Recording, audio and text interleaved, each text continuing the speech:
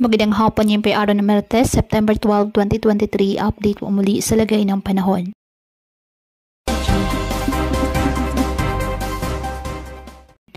Patuloy pa rin na minomonitor ang isang low pressure area na nasa loob ng ating Philippine Area of Responsibility dyan po sa may east-northeast ng Basco, Batanes.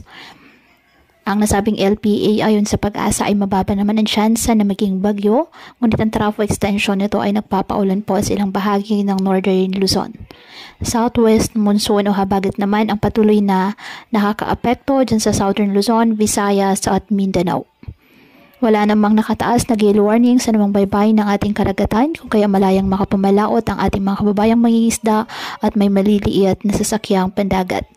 Ngayong araw dahil sa trough ng low pressure area, makakaaras sa po ng maulap na kalangitan na may mga kalat-kalat na pag-ulan at thunderstorms ang Batanes at Cagayan. Ang Bicol Region, Mimaropa, Western Visayas, Zamboanga Peninsula, BRMM at Northern Samar, asahan din po ang maulap na kalangitan na may kalat-kalat na pag-ulan at thunderstorms dahil sa habagat. Ang nalalabing bahagi ng bansa kasama ang Metro Manila, bahagyang maulap hanggang sa maulap na kalangitan with isolated rain showers or thunderstorms dahil pa rin po sa southwest, monsoon at localized thunderstorms.